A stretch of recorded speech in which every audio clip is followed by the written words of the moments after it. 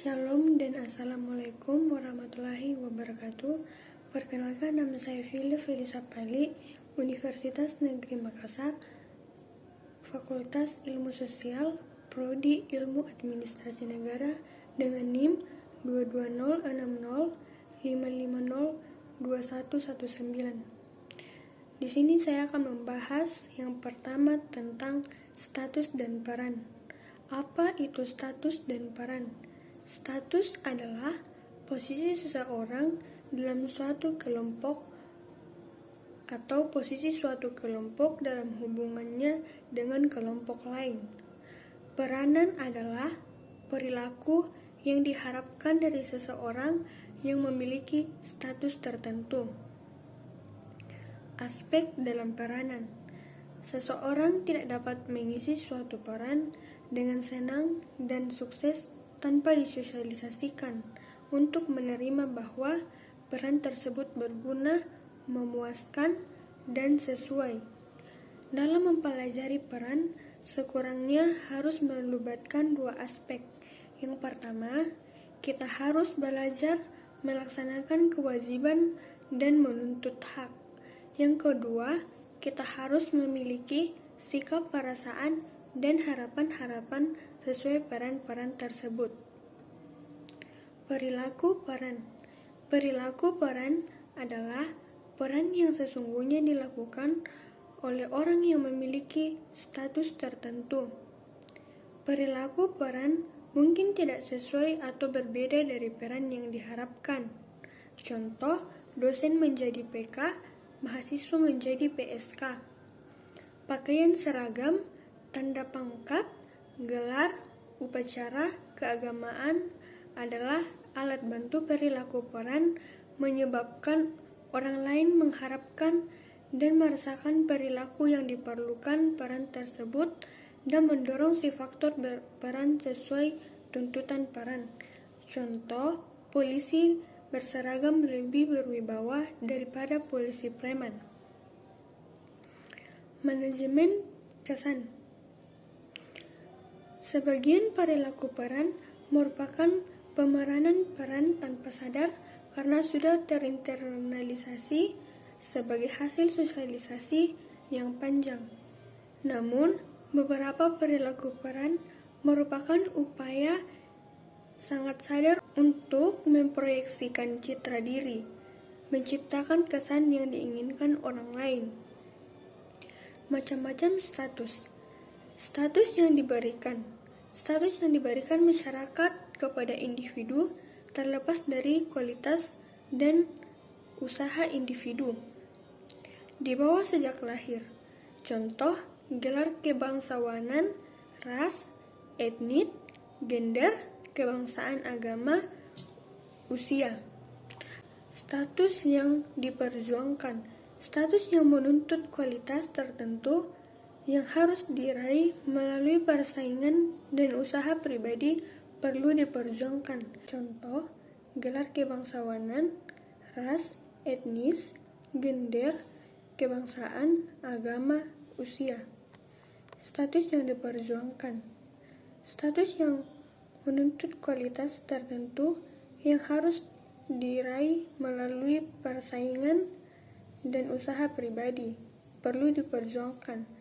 Contoh, tingkat pendidikan, kekayaan, kekuasaan. Yang kedua, saya akan membahas tentang hubungan antar kelompok. Konsep hubungan antar kelompok. Hubungan antar kelompok adalah hubungan antar kelompok yang mempunyai ciri-ciri khusus. Dimensi hubungan antar kelompok.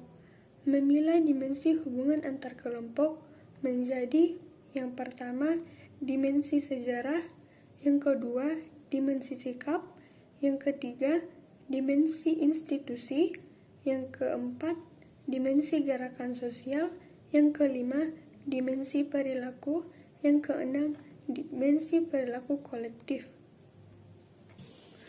Dimensi sejarah. Dimensi sejarah diarahkan pada masalah tumbuh kembangnya suatu hubungan antar kelompok atau kapan, bagaimana. Menurut Noel, stratifikasi etnik, atau juga ras, agama, kebangsaan, hanya dapat terjadi jika etnosentrisme, persaingan, dan perbedaan kekuasaan. Menurut Randall Collins, yang mengawali dan melandasi eksploitasi laki-laki atas perempuan adalah kekuatan fisik. Menurut Parsons, stratifikasi jenis kelamin berkembang seiring industrialisasi. Dimensi sejarah. Menurut Barton, kontak antara dua kelompok ras dapat mengambil pola. Yang pertama, akulturasi. Kebudayaan kedua kelompok ras berbaur dan terpadu. Yang kedua, dominasi. Suatu kelompok ras menguasai yang lain.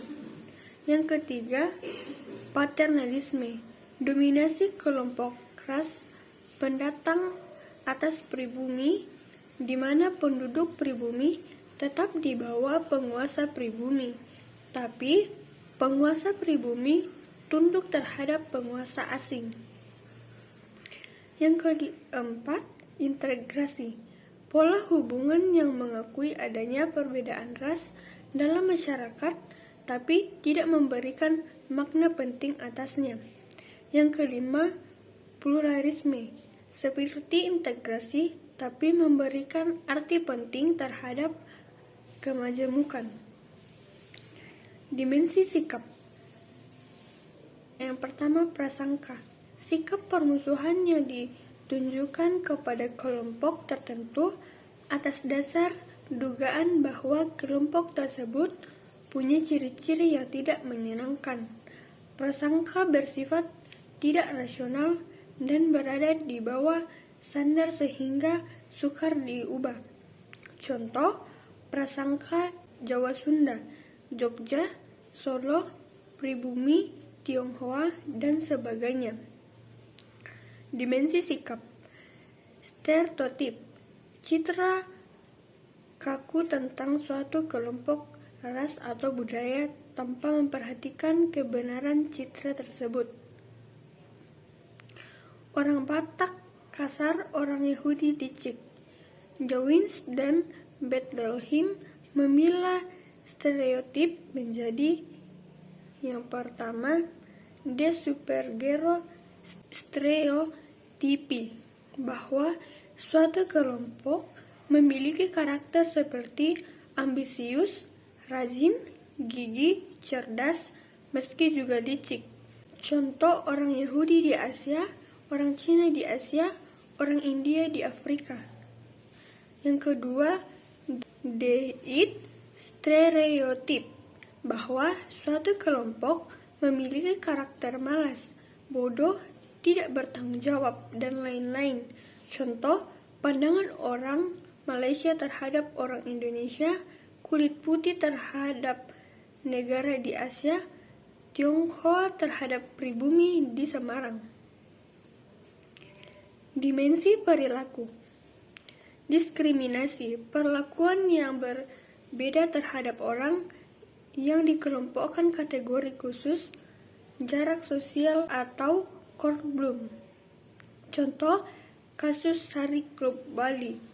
Ransford memilah diskriminasi menjadi yang pertama, diskriminasi individual, yang kedua, diskriminasi institusi. Prasangka sering melahirkan diskriminasi, tapi tidak selalu demikian.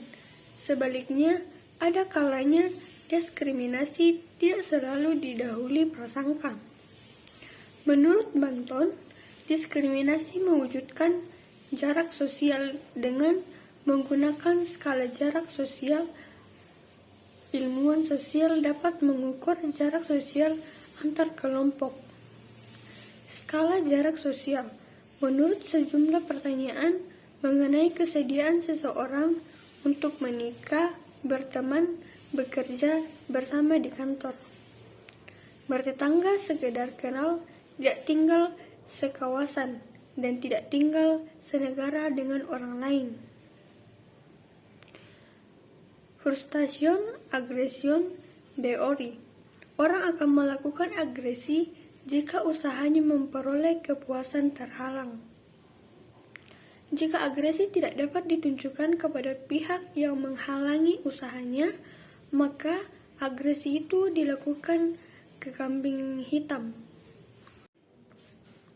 Dimensi institusi, white supremacy, ideologi rasisme yang menganggap kulit putih lebih unggul daripada kulit berwarna.